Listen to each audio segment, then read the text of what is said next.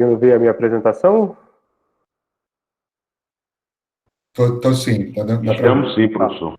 tudo bom, obrigado. Então, primeiro, boa tarde aí a todos. Essa é a primeira vez que a gente vai começar a parte prática, né?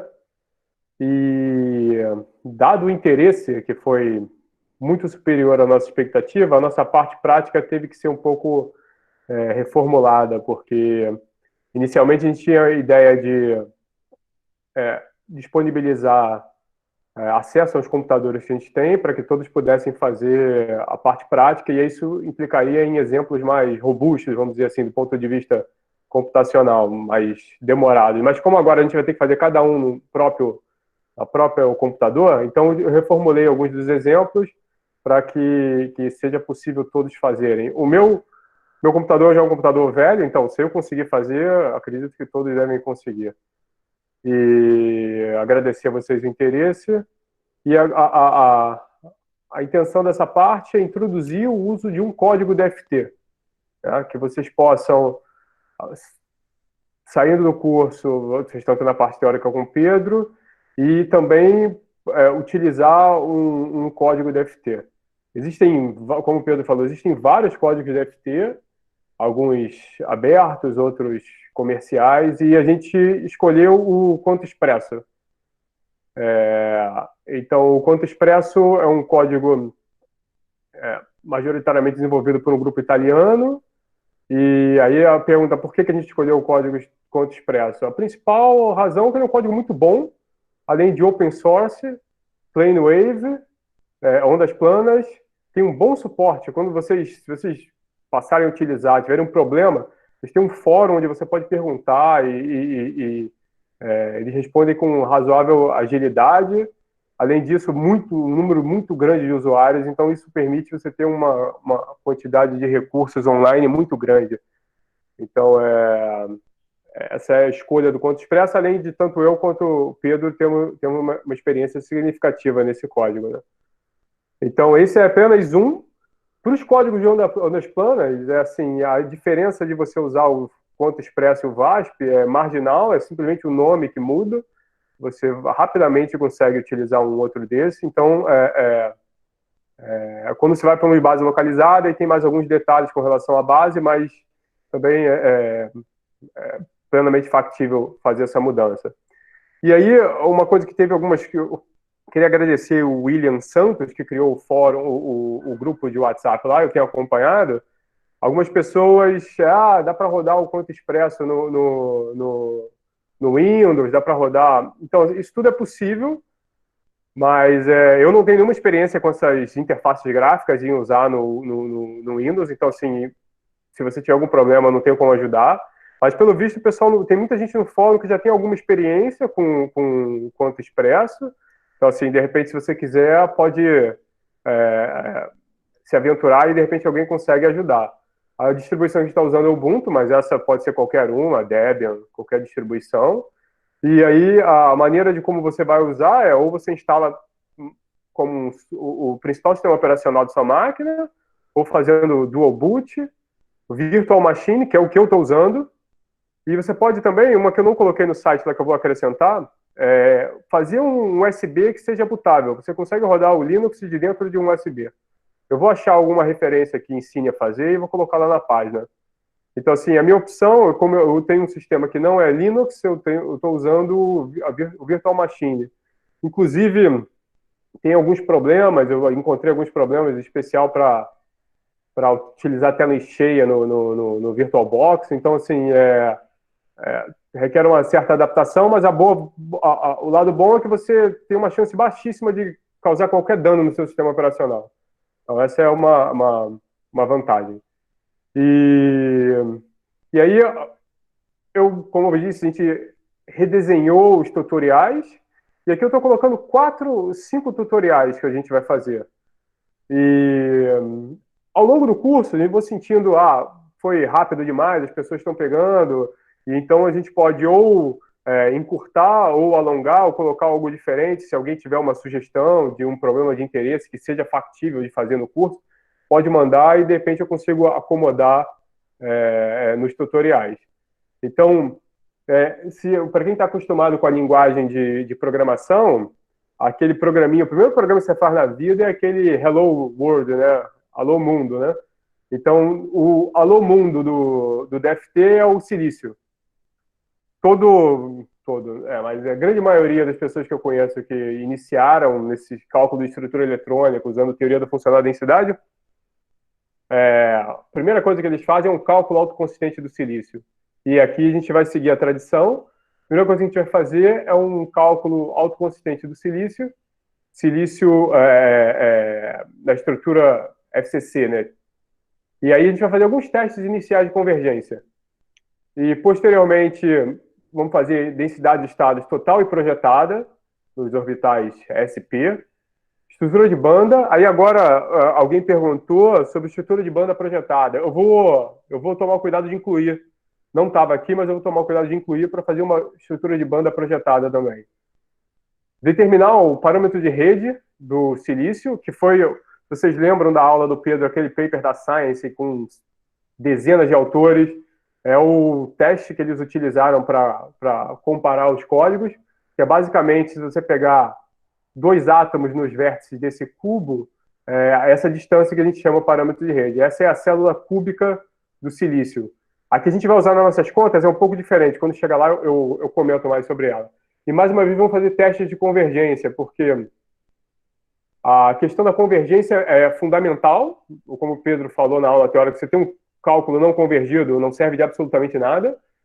E dependendo da quantidade que você esteja interessado, você tem que mexer nos parâmetros para poder descrevê-la de maneira correta.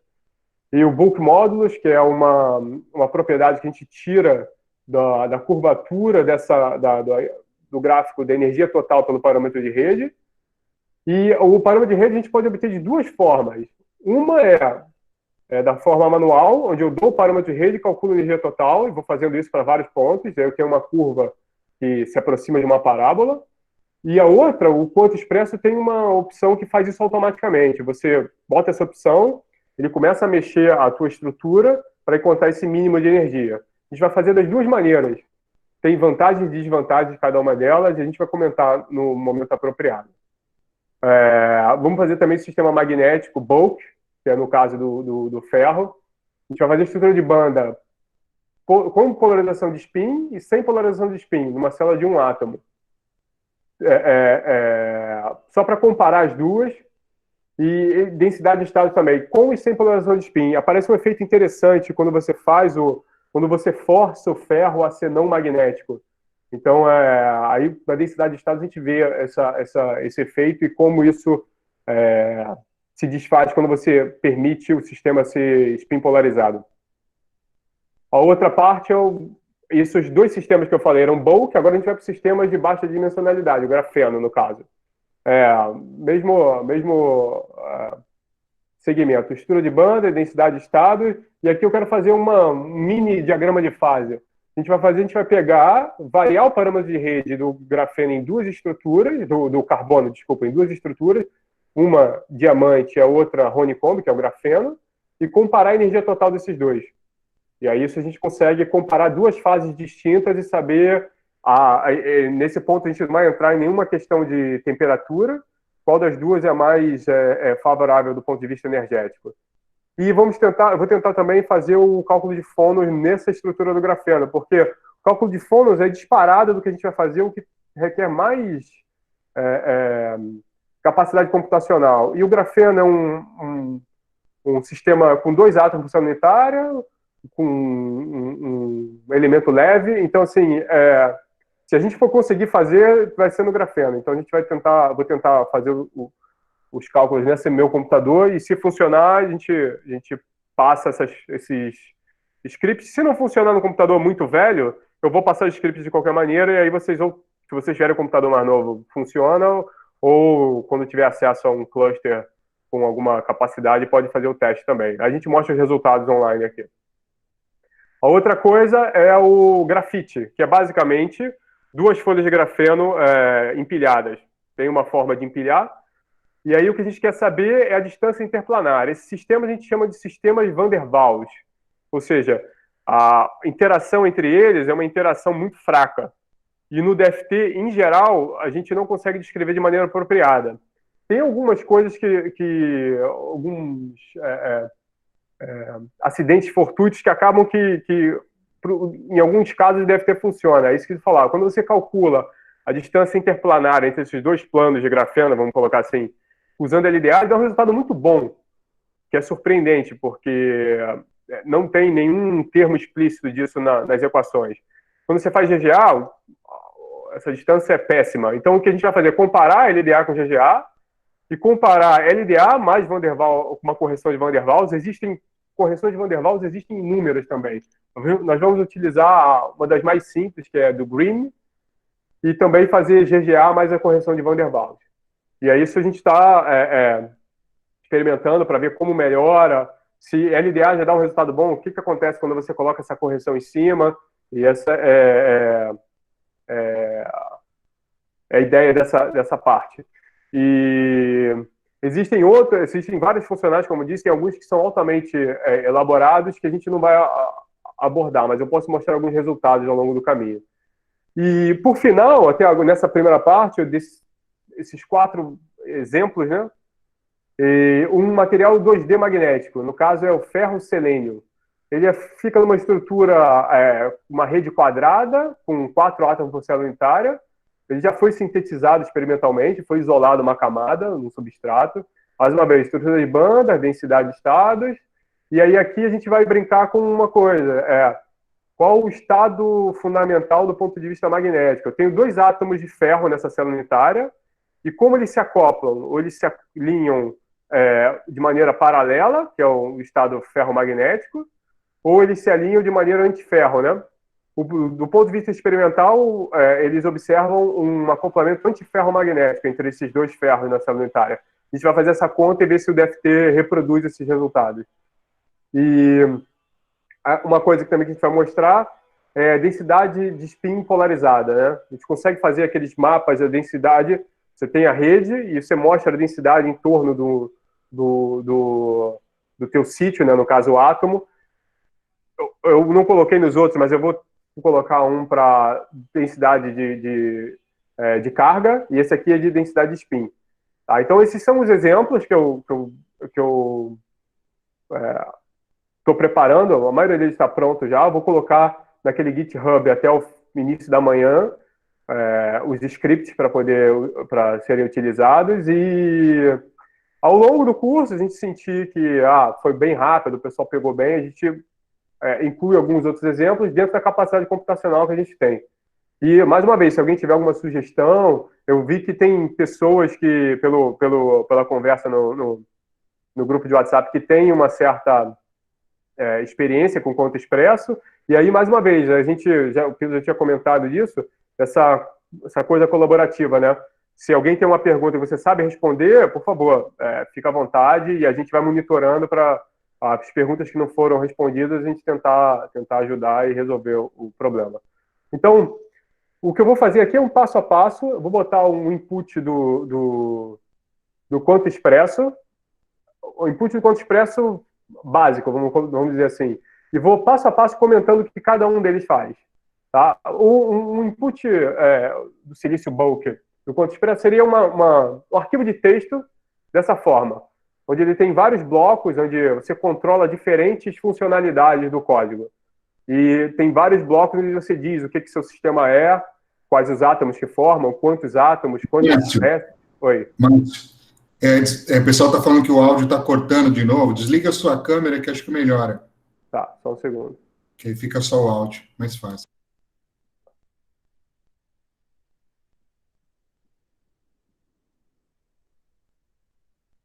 Então...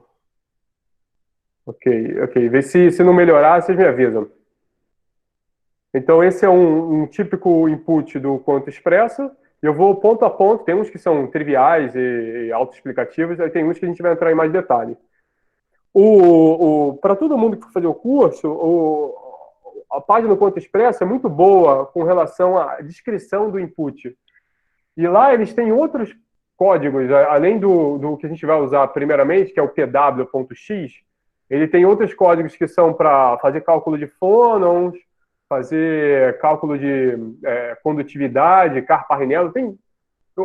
Basicamente, a gente vai usar o PW.x, esse pH.x, que é para os funnels, e esses de pós-processamento, que você consegue fazer estrutura de bandas, projeção da densidade de estados plot das bandas. E tem um aqui que eu vou tentar encaixar, que é esse... Não sei se vocês conseguem ver o cursor do meu mouse, é o Atomic, porque o Pedro comentou na parte teórica, ele mostrou lá o site onde você consegue os pseudopotenciais. E lá tem muitos pseudopotenciais, mas se você procurar, alguns estão faltando lá. Por exemplo, se você procurar o bismuto com spin orbital, acho que não tem nenhum lá. E o Atomic é o código que você usa para compilar os pseudopotenciais localmente, né? E aí você tem duas bibliotecas, basicamente, a PS Library 1 e a PS Library 0.2. Ela tem inúmeros pseudopotenciais lá. Eu vou tentar botar um tutorial de como fazer isso, porque às vezes você quer um pseudopotencial que não está na página e acaba sofrendo procurando essa informação. Mas esse link aqui é onde tem todo o input, a descrição do input do quanto expresso, tanto para o PW quanto o X, que é o que eu vou comentar agora, mas para os outros também. Então, voltando lá para o nosso input, esse bloco control, ele tem várias funcionalidades. O primeiro ali é o calculation, é o tipo de cálculo que você vai fazer. E esse SCF é self-consistent field, ou seja, um cálculo autoconsistente que nós vamos fazer. Mais para frente eu vou colocar aquele diagrama de autoconsistência que o Pedro colocou na aula teórica e vou comentar um pouquinho. Ou seja, você parte de uma densidade inicial que você gerou de alguma maneira e calcula as autofunções e vai fazendo isso de uma maneira interativa até que atingir a convergência, ou seja, a densidade de saída é idêntica dentro de um parâmetro a densidade de entrada. E aí, se você for lá na página do Quanto Expresso, ele tem a descrição de cada flag dessa.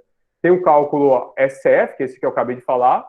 Tem um cálculo NSF, que é basicamente você faz um cálculo SCF autoconsistente, obtém uma densidade de carga e depois você calcula a densidade em pontos de maneira não autoconsistente. Você só usa a densidade de carga anterior para poder estimar os autovalores num ponto onde você não calculou inicialmente. Isso serve para tem algumas funções e basicamente o cálculo de bandas é dessa maneira. Você faz o cálculo autoconsistente, obtém a densidade de cargas e agora você calcula os autovalores em pontos Ks que você não utilizou inicialmente. E aí você faz o cálculo de estrutura de banda. Tem um cálculo de relax, que é basicamente uma otimização estrutural. Vamos supor que você colocou um átomo de ferro na rede do grafeno, em cima do grafeno. Aí você precisa saber em que posição esse átomo vai ficar. O que o Quanto Expresso faz? Você coloca o átomo, ele faz uma autoconsistência inicial, e depois que ele converge essa autoconsistência, ele calcula as forças. E com isso, ele vai minimizar essa força para obter a estrutura de mais baixa energia para esse átomo de ferro em cima do grafeno. Não necessariamente esse é um mínimo global, pode ser um mínimo local, mas você vai fazendo isso para diferentes posições até encontrar a que a gente chama de posição de mais baixa energia, que seria, em princípio, onde o ferro preferiria ficar. Isso tudo até igual a zero, né? Para colocar a temperatura, você teria que fazer algum tipo uma dinâmica molecular, que é o próximo flag. Esse MD significa Molecular Dynamics. O seguinte é o Visible Relax, que eu comentei no início, que você consegue calcular o parâmetro de rede da tua estrutura. Você diz para ele lá qual a estrutura, pede ele para fazer um cálculo de Visible Relax. Ele vai variar o tamanho da caixa, né, os vetores A1, A2 e A3, até encontrar um valor de menor energia. E a última flag é esse processo de Visible Relax, mas durante uma dinâmica molecular. A gente não vai falar nada de dinâmica molecular, mas é só para vocês saberem que são as possibilidades que você tem dentro do Quanto Expresso. Então, a segunda flag é o modo de restart. Se você vai começar um cálculo do zero, usando quando você começa um cálculo do zero, o quanto expresso chuta uma densidade de carga inicial a partir de densidade de carga atômica. Ele bota uma densidade de carga atômica em cada sítio e essa é a densidade de carga dele inicial. Mas você pode, dependendo do que aconteceu, o código parou no meio do caminho, por alguma razão, você pode ler as funções de onda e partir de uma solução, como eu vou dizer, mais próxima da final. Isso aqui é só o prefixo, é um nome que você dá, tudo que o ponto expresso salvar, ele vai usar isso, silicon.save, vai estar tudo lá, densidade de carga. Esse aqui, ele calcula o tensor de estresse, isso vai ser utilizado para o cálculo de VC Relax. Ele calcula o tensor de estresse e move e muda os parâmetros A1, A2 e A3 da tua célula unitária de acordo. E aí, quando chegar nesse cálculo aqui, eu só coloquei para antecipar, mas a gente não vai usar isso para o cálculo autoconsistente do silício. Essa outra flag, ele calcula as forças, que é esse caso que eu falei de você obter a posição de mais favorável à energia do ferro sobre o grafeno, no caso, um exemplo. A gente também não vai usar nesse exemplo, mas eu coloquei só para antecipar. Você calcula as autoenergias e as funções de onda, e através do teorema de Hellman-Feynman você consegue calcular as forças. E aí, para otimização estrutural, você usa essas forças para poder minimizar ela e ter o ponto de mínima força daquele adátomo, no caso, como eu estou falando. Então, isso vai ser mais para frente, eu só quis antecipar aqui, só para já colocar nesse início. E esse aqui é trivial, é onde se encontram os arquivos do seu pseudopotencial.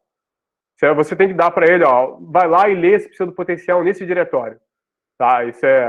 Esse aqui é onde vão ficar os seus arquivos de saída, tá? Trivial também essa flag.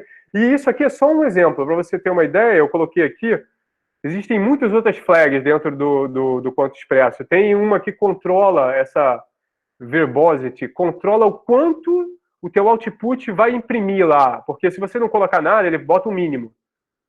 Se você colocar true, ele vai colocar muitas coisas lá. Às vezes você está interessado, às vezes você não está interessado. Dá para você colocar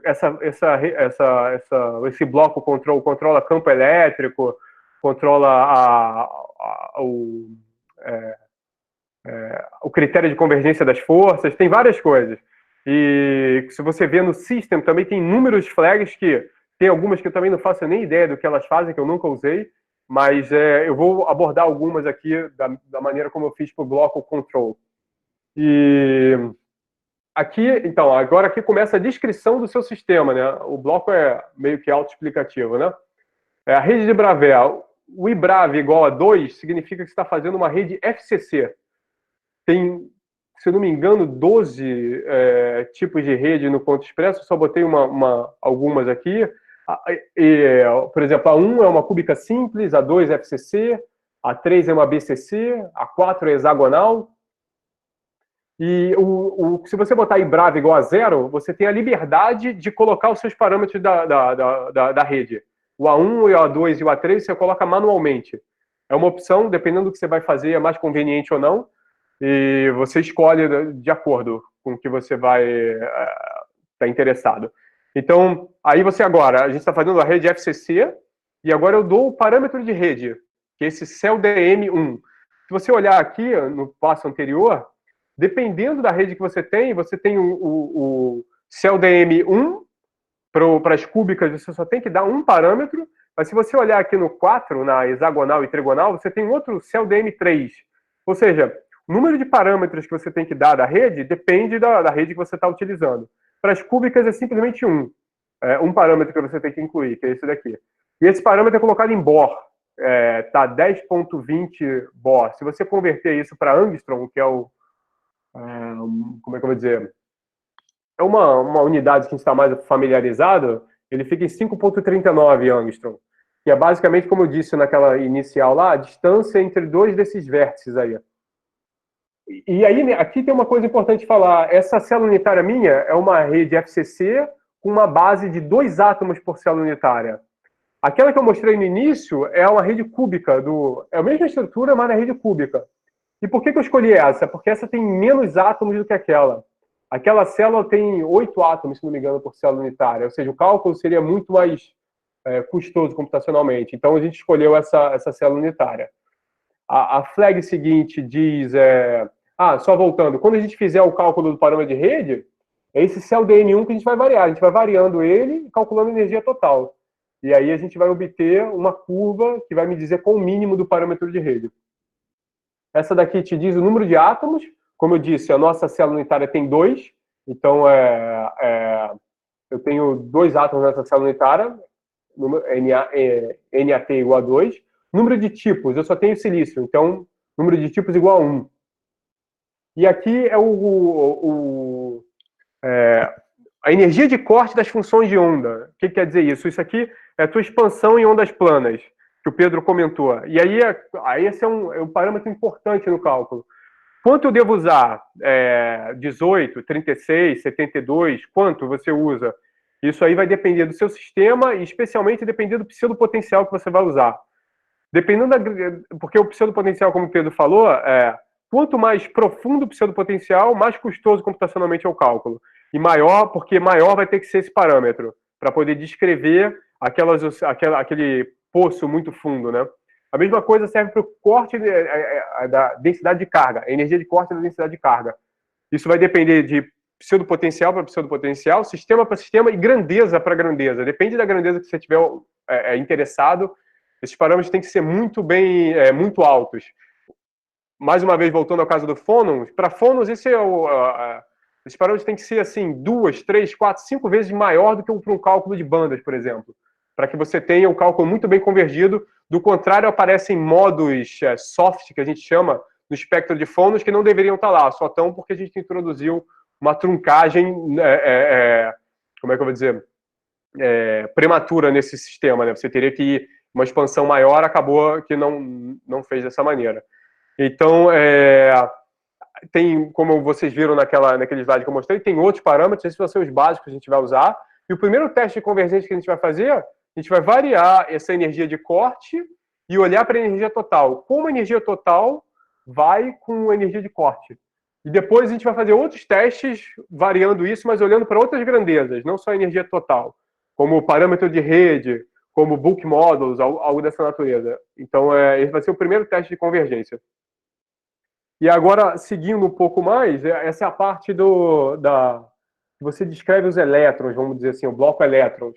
Você vai descrever como diagonaliza o sistema, e tem outras coisas que você inclui aqui que não estão. Como o silício é um semicondutor, eu não coloquei algumas coisas, e a gente só está fazendo o cálculo autoconsistente, eu não coloquei algumas coisas como que tipo de smearing, que é uma coisa que facilita a convergência, facilita integração, dependendo da grandeza que você vai olhar.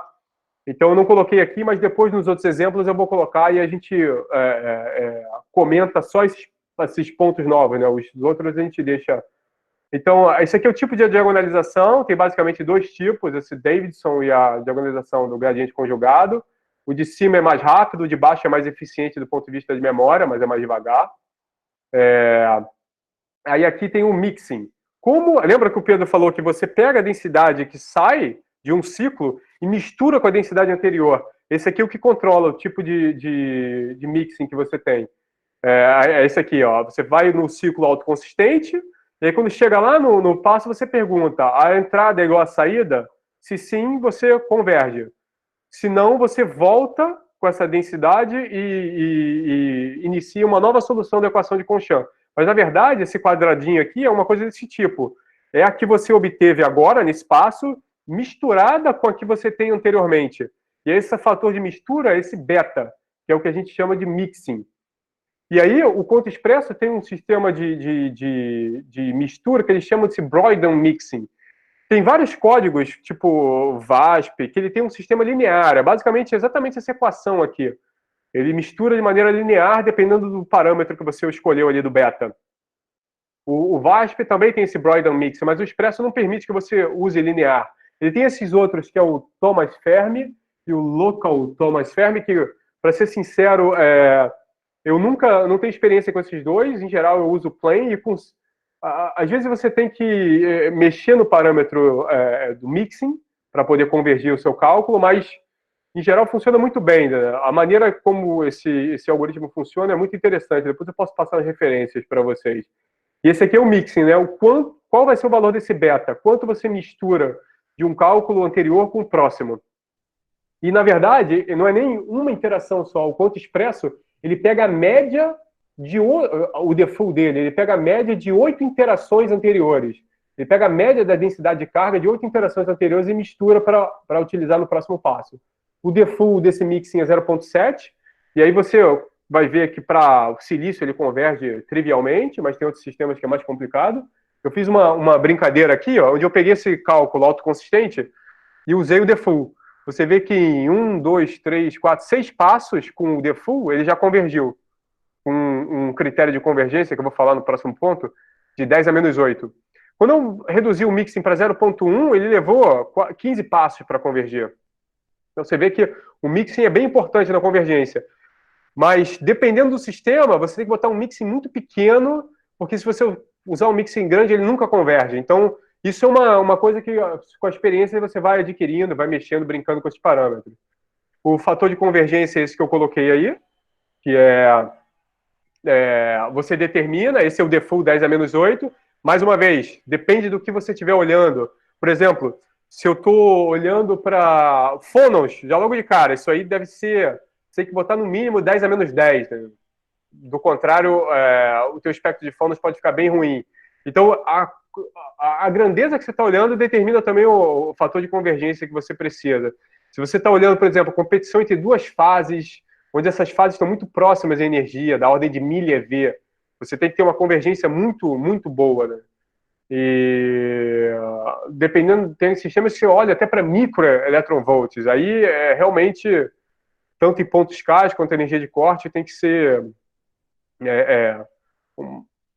aqui, aí só aqui voltando para o diagrama, essa é a fase onde você compara a que você obteve agora com o passo anterior. E o que controla se terminou ou não é esse parâmetro da convergência. Né? Então ele vai olhar se a densidade de carga é diferente dentro desse parâmetro de convergência, ele aceita ou não, e termina o cálculo ou volta para fazer mais um ciclo. Tá? Aí agora aqui tem umas coisas que são razoavelmente autoexplicativas, a espécie atômica, silício. Desculpa, eu botei ali charge, mas está errado. Aquilo é a massa, tá entendendo? Então, e o outro é o pseudopotencial que você está usando. Aí aqui, no pseudopotencial, ele já diz um pouco, o Pedro comentou disso na aula, só, esse pseudopotencial que a gente está usando é parametrização do Perdue-Zunger, ou seja, é um LDA, e ele é um pseudopotencial ultra soft.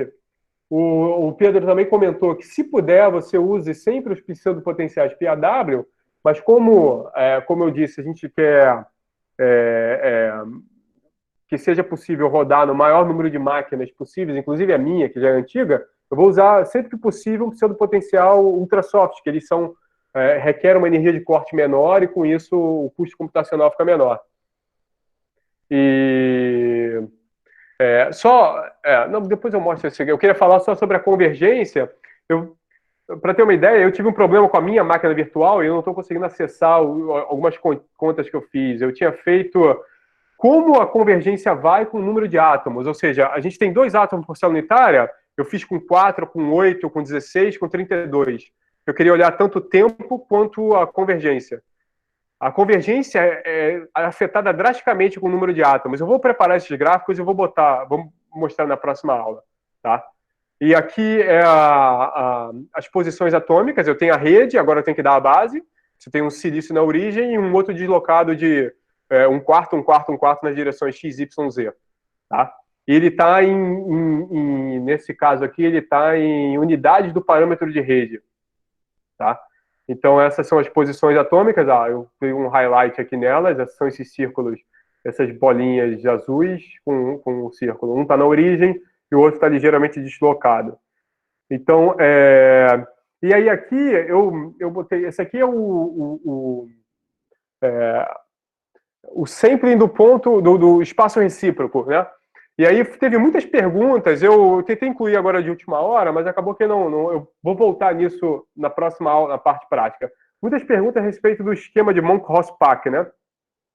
Porque aqui, se você olhar ali, eu botei o número, o key points, aí tem uma flag que é automatic, que aí no caso ele vai usar esse esquema de Monk-Rosbach, e aí eu digo ali o número de pontos KZ ao longo de X, Y e Z, respectivamente, né? KX, KY, KZ. E tem esse 000, que é um esquema de um... Você consegue fitar o centro do teu sampling, que isso para alguns sistemas é favorável, você consegue economizar computação com isso, né? Mas voltando à questão do Monk-Rosbach, nominalmente você teria aí 4 ao cubo, né? 64 pontos K. Mas quando você usa o esquema de Monk-Rosbach junto com a simetria do problema, se reduz drasticamente. Eu não me lembro, como eu falei, eu não consegui acessar a minha máquina, mas de 64 pontos K, eu acho que ele só faz a conta em 8 ou 4, alguma coisa dessa natureza. A redução é drástica. Por quê? Como o sistema tem muita simetria, ele identifica que um determinado ponto pode representar não só esse, mas como outros. Então, ele dá um peso maior para esse ponto. Então, você vai fazer a conta naquele ponto, e na hora de você somar, fazer aquele somatório que o Pedro estava falando, ele não vai ser um somatório cego, vamos colocar assim, ele vai ter um peso, cada ponto vai ter um peso. Então, na próxima aula eu vou botar um esqueminha, uma figurinha do Monk-Rosbach, que é bem interessante. Então, como eu disse, o primeiro teste de convergência que vocês vão fazer é a energia de corte da função de onda. E aí eu coloquei um script, se você olhar aqui, eu agora estou dentro de um script bash. Existem formas mais sofisticadas de fazer esses scripts, mas como os meus estão razoavelmente prontos, eu vou utilizar eles.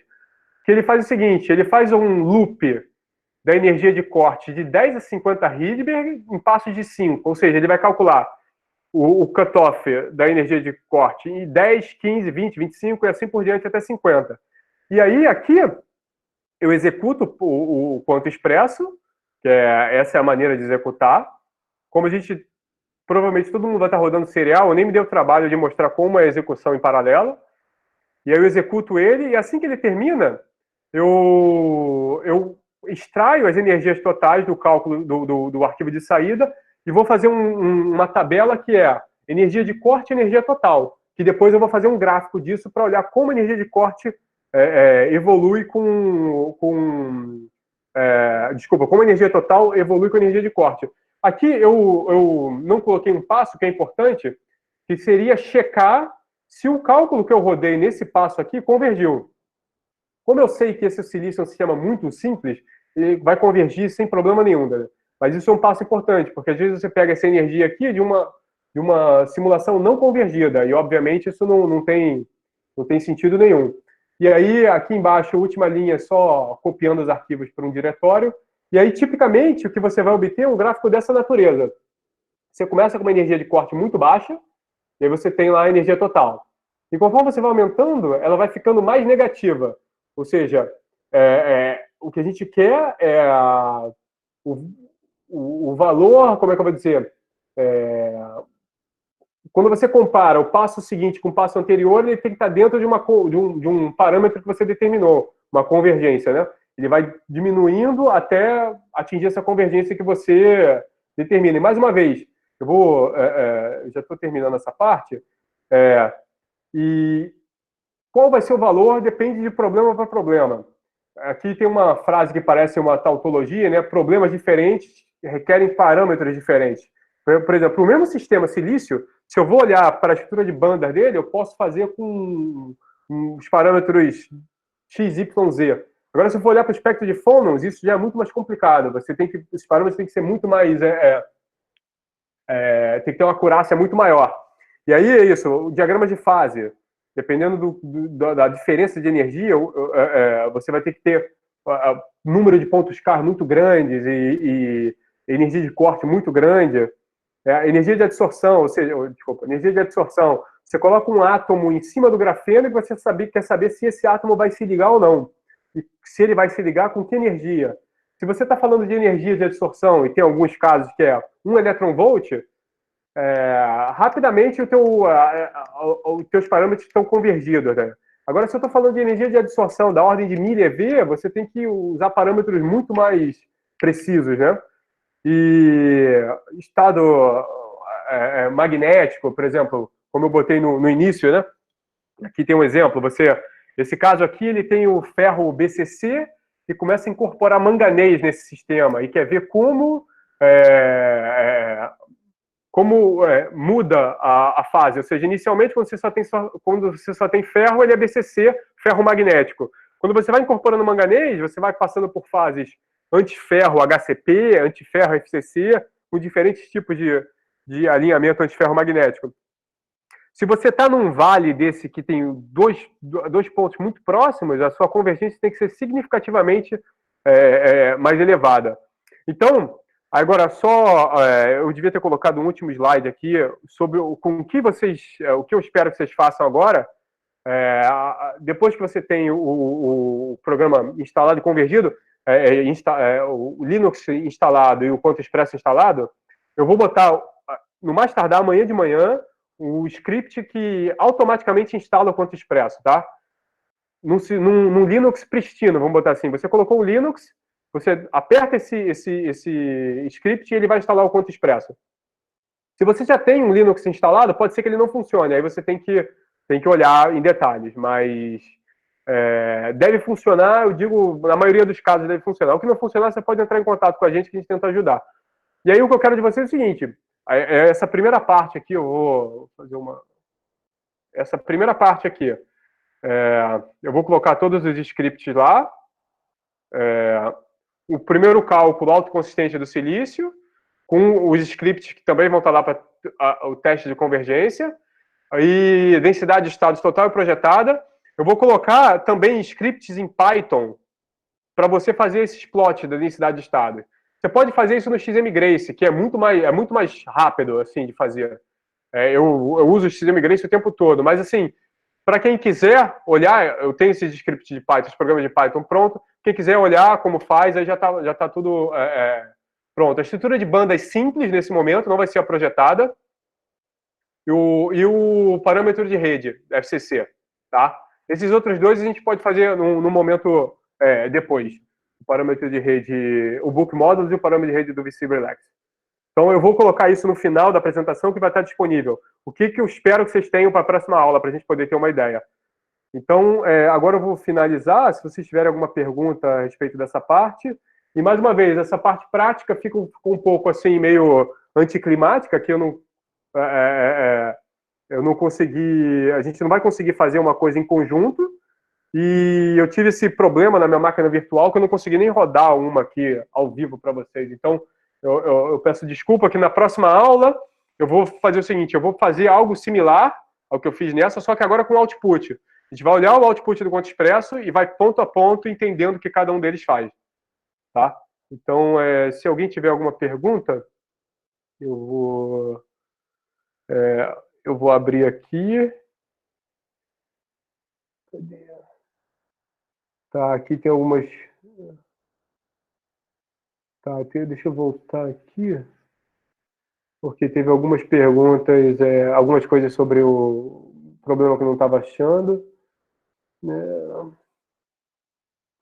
Acho que o grupo de pode servir para mandar possíveis fotos. De repente, isso é uma boa, o Alan Muniz aqui, que possam ocorrer durante, quando vocês tentarem, se vocês, não estou conseguindo, tira um screenshot, coloca no grupo e a gente tenta resolver. Isso, eu vi esse canal do Quantum Nerd, eu vou colocar essa coisa no GitHub. Realmente é bem interessante o canal dele, muito legal o canal. Então, cálculo de fonos, eu comentei sobre a aula. O PDF da apresentação, é isso, William Santos? É o PDF da apresentação? Posso fazer sim um PDF da apresentação e colocar lá. Áudio está cortando, tá? Aqui eu vou. O link do GitHub, tá? Que o Francisco mandou.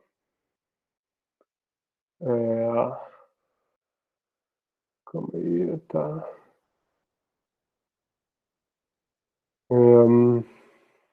Aqui, o José, tá, ensinar a usar o Atomic seria muito... Então, eu vou colocar um tutorial do Atomic, porque isso foi uma coisa... Quando você vai procurar os pseudopotenciais, em geral, você vai na página do Expresso, não com todos lá.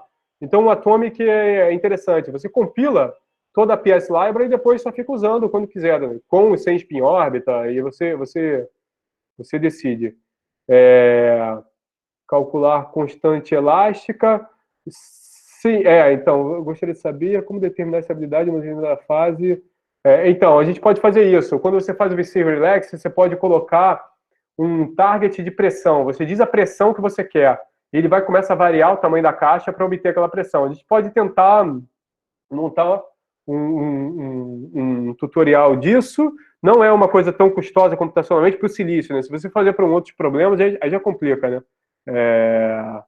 Então, sob pressão, adicionar uma parte de time dependent DFT, com certeza isso não vai ser possível nessa fase do grupo, Júlio, porque além do ponto de vista computacional, isso requereria assim, um outro módulo. De repente, a gente pode pensar como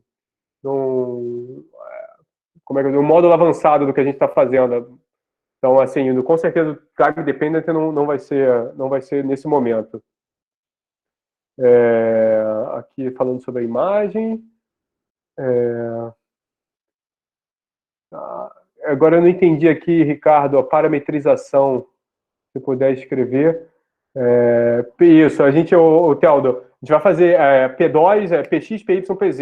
Aí você vai ter a densidade de estágio total e depois você vai ter cada um dos orbitais S, orbitais PZ, PX e PY. Isso dá para fazer uma funcionalidade que sai quase que automática do Conto Expresso. O plot requer uma mínima ação, mas isso sai praticamente direto. Então, o Antônio perguntou instalar o Conto Expresso. Eu vou mandar o script, e assim, o script está todo comentado, e aí se alguém não entender, pode perguntar, obviamente. Se o script não funcionar, deve perguntar. E aí a gente vai tentando se ajustar para que todos consigam utilizar o Conto Expresso. Energia de ligação e de formação de estruturas. Então, o que eu quero, eu vou ter aqueles 5 exemplos lá. Eu vou ver se dá para incluir por exemplo, a energia de ligação de um adátomo no grafeno. Talvez dê para fazer uma célula pequenininha, 2x2, que teria 8 átomos por célula unitária, colocar um átomo ali de, sei lá, de boro, alguma coisa desse tipo, talvez dê para fazer. E aí a gente vai ter, posso mostrar a definição do que é energia de ligação, esse tipo de coisa, tá? Eu vou tentar. Obrigado pela sugestão, Alan. Quando você falou...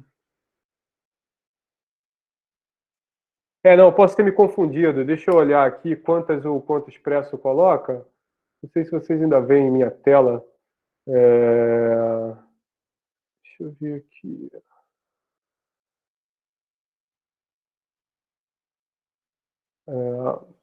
Ele tem... deixa eu dar uma olhada aqui.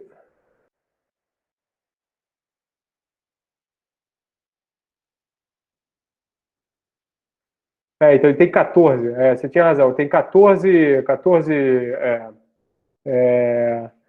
redes de Bravé. Obrigado, José. Então, os parâmetros de numéricos smearing, o mixing não. O smearing sim, influenciam na qualidade dos resultados. Por exemplo, quando você vai fazer a densidade de estado, se você botar um smearing muito grande, você tem densidades muito alargadas. E assim, se você botar um muito pequeno, você tem praticamente picos. Então você tem que olhar mais uma vez, depende da quantidade que você está olhando, depende do sistema metálico que você necessariamente tem que ter para melhorar a convergência. Então, influenciam sim. A gente vai comentar ponto a ponto desses parâmetros numéricos, Carlos. Então, você tem que ter smearing, Clóvis, tem que ter smearing. Mas você pode, às vezes, você usa um smearing muito baixo e a convergência fica ruim. Ou você usa um smearing muito alto, tem um parâmetro que ele dá, que diz a qualidade do seu cálculo também, no smearing, da energia total. Eu vou comentar isso quando chegar no momento, tá? Então, o Alexandre quer ver o Shell Script. O Alexandre, a não ser que você tenha uma pergunta específica, eu vou disponibilizar isso, como eu disse, até no máximo o início de amanhã. E aí vocês podem olhar e mandar pergunta. A não ser que seja tenha uma pergunta específica, eu posso mostrar novamente aqui. Ah, isso é uma boa pergunta. O pessoal estava falando na interface gráfica e utilizar a interface gráfica do Quanto Expresso. Eu confesso que eu tenho quase experiência nenhuma com interface gráfica, porque toda simulação que a gente faz, a gente usa um cluster desse remoto, ou o Santos Dumont, ou o Senapad, e nenhum desses clusters consegue rodar uma interface gráfica, porque se você fizer isso no nó de login, rapidamente muitos recursos vão estar sendo utilizados e vai ficar lento. Então, nenhum administrador em sã consciência permite isso, em geral. Então, assim, eu não recomendo para alguém que tenha interesse de seguir fazendo esse tipo de conta. Se você está fazendo curso para aprender, de repente pode ser uma solução, mas para só... Mas se você tem intenção de utilizar de maneira sistemática, não é uma boa. Alguém falou do LibreOffice aqui. Provavelmente funcione, mas eu confesso que vai ser bem incômodo, eu diria. Mas funciona. Eu uso o VI, que tem umas coisas para aprender, mas tem o Nano, tem vários desses editores de texto de terminal que você pode usar. Aí fica a critério de cada um, tá?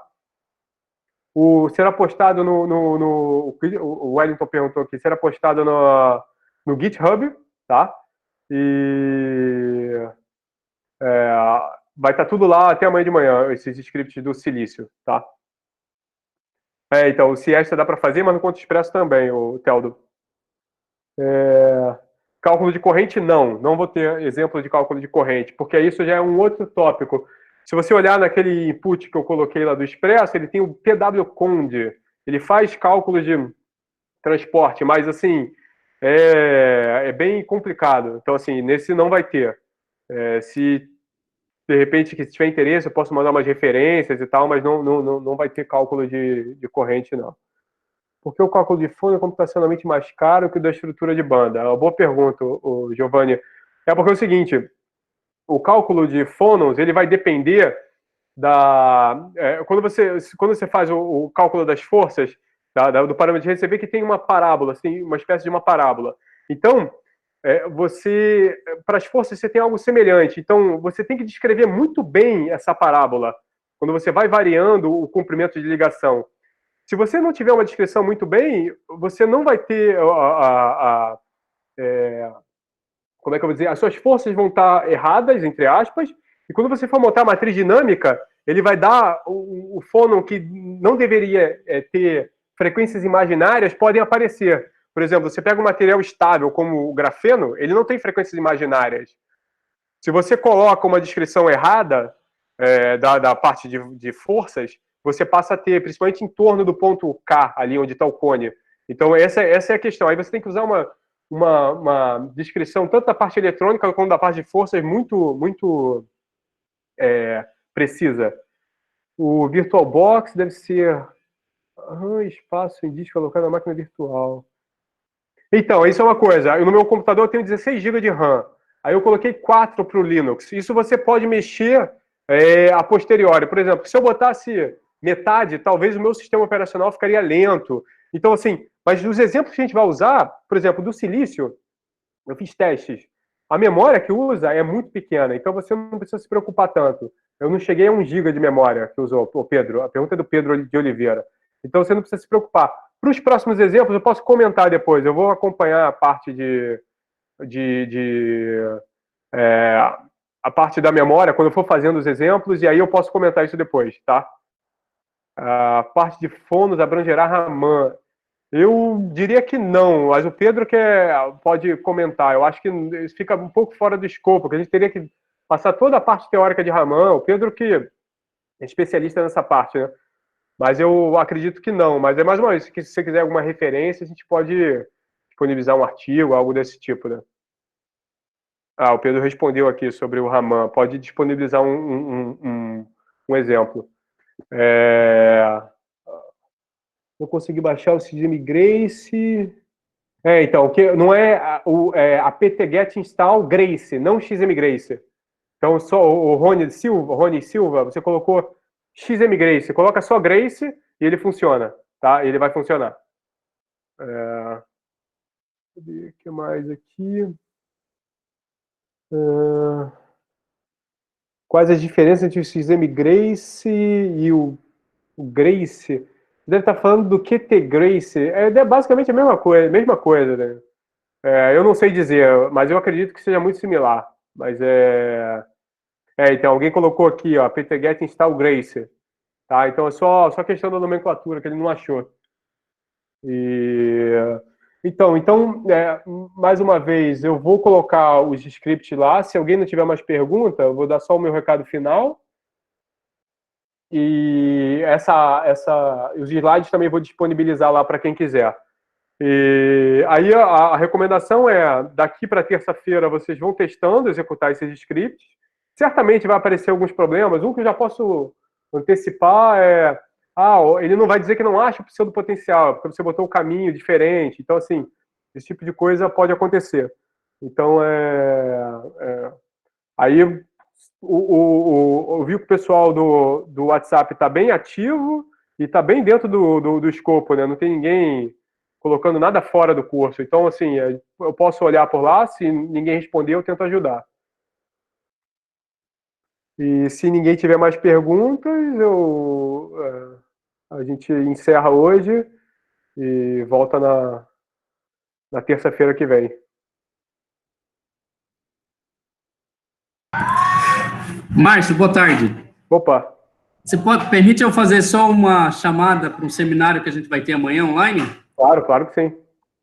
Nosso programa vai transmitir pelo YouTube, canal da pós-graduação do FMT, o seminário do seminário do professor Plascar, da UFMG.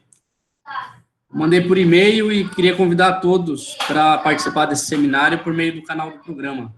Obrigado, Márcio. Ok, não, que isso. Obrigado a você pelo convite.